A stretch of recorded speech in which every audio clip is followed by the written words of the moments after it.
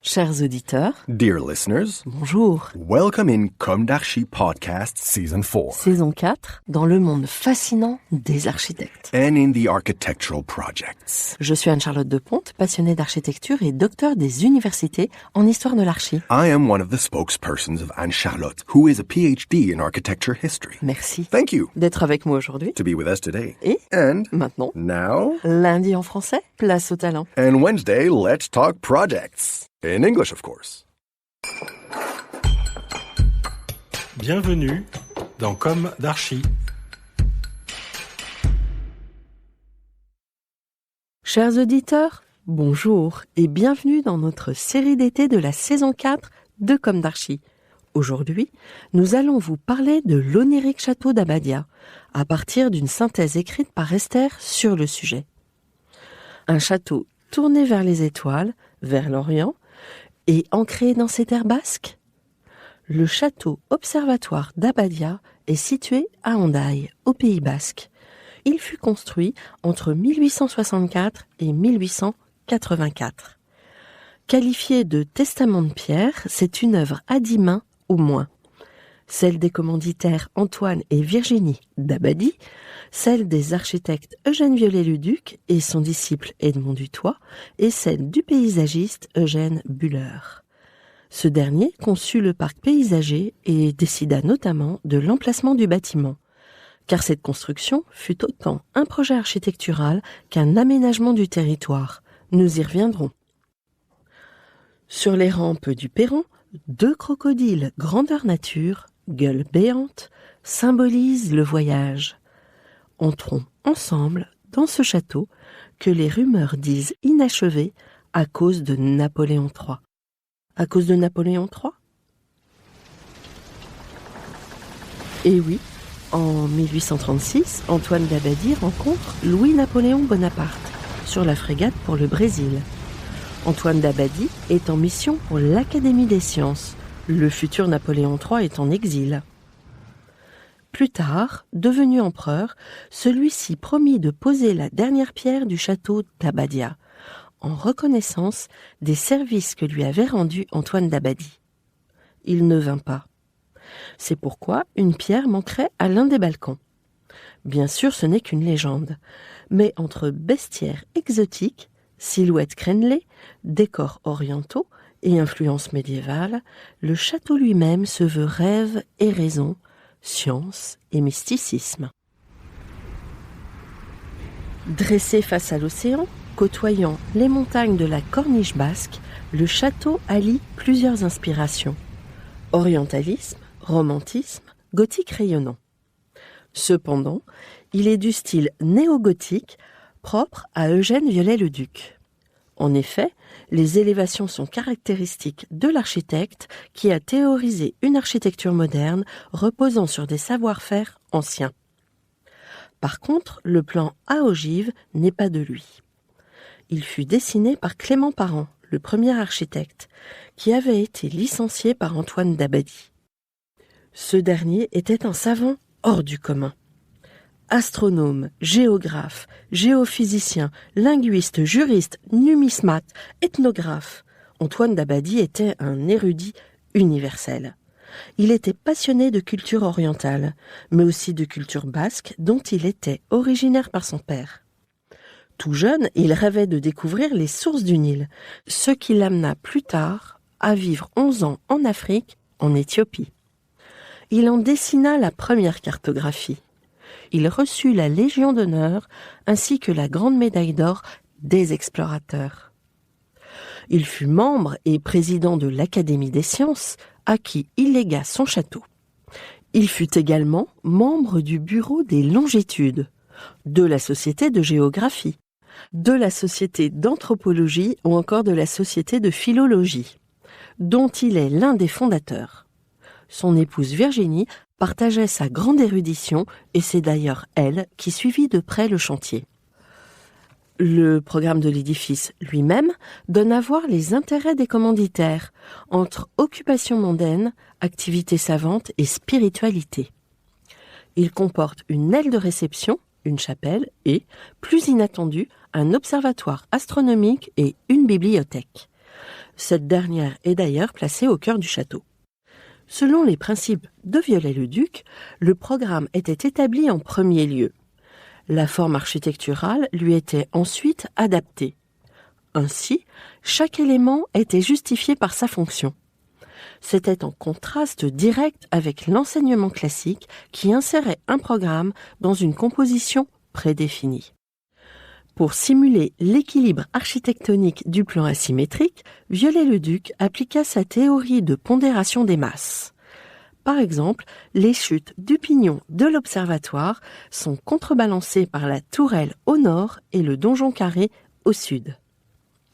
D'autre part, toujours afin de créer le grand ensemble, le plan s'anime à la manière d'un organisme vivant. Le vestibule d'Abbadia, avec son escalier d'honneur, devient organe principal. Les organes secondaires et membres s'articulent autour et sont alimentés par la circulation. À l'intérieur, les cloisons sont en briques creuses et les structures des plafonds apparentes, dans un souci de durabilité des matériaux. Les fonctions sont hiérarchisées en plan autant qu'en élévation. L'esthétique extérieure dévoile la distribution intérieure. Cette organisation, commune aux hôtels particuliers du Second Empire, divisait les espaces de la vie publique, d'intimité et de service.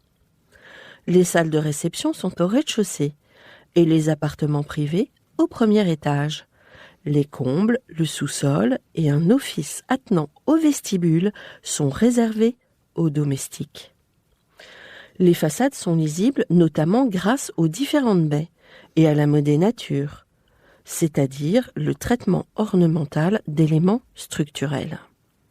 Les baies suivent l'esthétique gothique inspirée du Moyen-Âge, chère à Viollet-le-Duc. Abbadia est donc pourvue de tourelles avec toiture en poivrière, créneaux, mâchicoulis, redans, fausses bretèches, etc. Dans le bâtiment principal, 4 salles sont dédiées à l'Orient.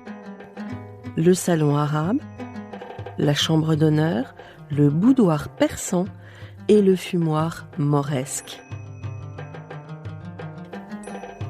Le boudoir et le fumoir, chacun dans une tourelle, sont de plan circulaire. Ils sont surmontés de coupoles en carton bouilli et peint. On y est transporté à Istanbul ou dans l'Espagne mauresque, en particulier l'Alhambra. Ce dernier nom était devenu celui d'un style décoratif. Mais si l'esthétique est celle d'un Orient rêvé, fantasmé, les savoir-faire sont européens. Ainsi, la cheminée du salon arabe est ornée de trèfles, rappelant l'Irlande natale d'Antoine d'Abbadie. Cette cheminée porte aussi ses armoiries et la devise latine « Lucem amat virtus ». La vertu aime la lumière. Dans la chambre d'honneur, les toiles ornées de calligraphie arabe sont tendues sur des châssis similaires à ceux des tentures médiévales. Au second niveau du vestibule, les peintures murales sont de style néo-gothique. Pourtant, elles représentent 8 scènes des moments de la vie quotidienne éthiopienne au XIXe siècle. Mais la technique picturale, polychrome et formelle, est celle des XIIIe et XIVe siècles français. Une inscription en latin court le long de l'escalier d'honneur. Qu'une main empressée accueille celui qui vient sous ce toit avec un esprit ami. Hôte qui franchissez le seuil de ma maison, salut, que les heures soient rapides et que la maison vous porte bonheur. Ces inscriptions en latin, basque, irlandais, gaise, c'est-à-dire éthiopien ancien, mais aussi arabe, etc., ornent les poutres et les murs d'Abbadia. Dans la chambre de la tour, le mobilier est de style gothique flamboyant. Là encore, il est parfaitement intégré dans la décoration architecturale. À côté de l'édifice principal, la chapelle, sur 2 niveaux, semble démesurée. Elle est inspirée par la Sainte-Chapelle de Paris, à laquelle nous avions consacré l'épisode 35 de la saison 3. Mais revenons-en à Abbadia. Sa chapelle est conçue sur le modèle seigneurial des XIIIe et XVe siècles. Elle est faite d'un vaisseau unique, terminée par un chevet à 5 pans. La structure légère, mais très recherchée, découle du plan complexe. Elle est laissée apparente et permet aussi de limiter les poussées latérales. C'était une problématique typique des voûtes à ogives. La nef, dont on voit la charpente à courbe, rappelle ainsi la coque renversée d'un bateau. Un clin d'œil lettré au nom même de nef. Au nord, l'observatoire astronomique fut construit par Edmond Dutoit.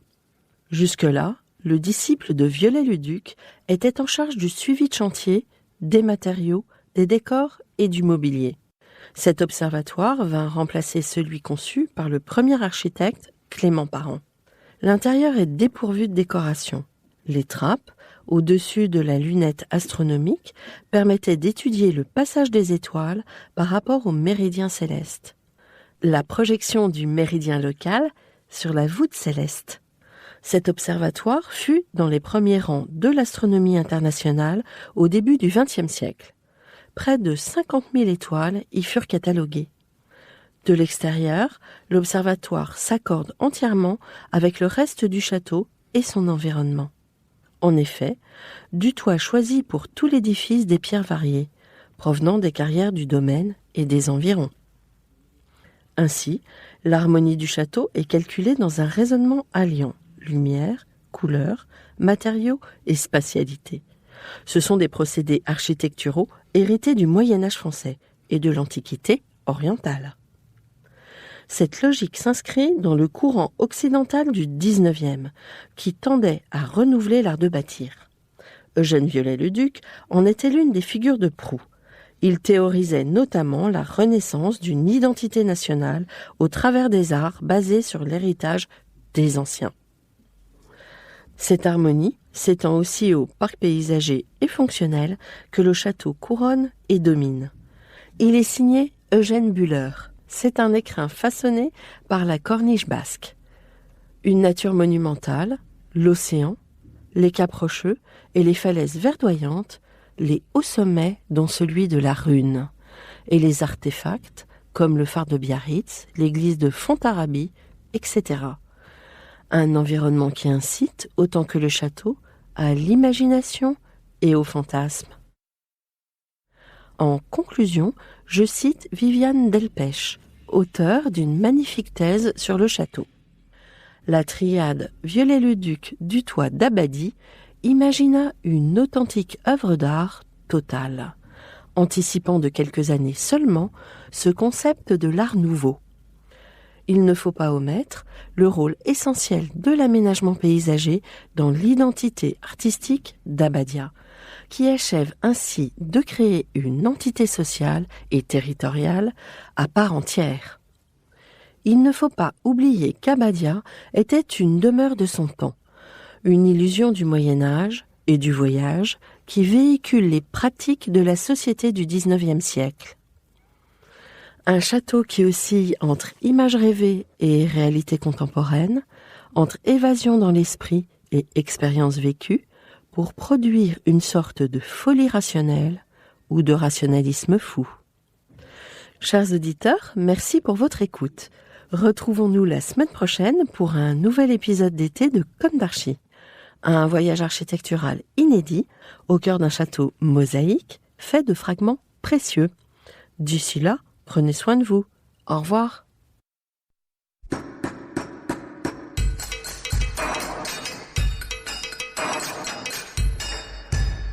Chers auditeurs, merci pour votre écoute. Merci à Julien Rebourg, réalisateur, qui nous accompagne sur la partie son. N'oubliez pas de retrouver nos sujets en avant-première sur Instagram à l'adresse @commedarchipodcast. Si vous aimez ce podcast, favorisez sa diffusion en lui donnant 5 étoiles sur Apple Podcast, plus un petit commentaire, ou sur votre plateforme de podcast favorite. Et surtout, abonnez-vous pour écouter tous nos épisodes gratuitement. À bientôt, et d'ici là, prenez soin de vous.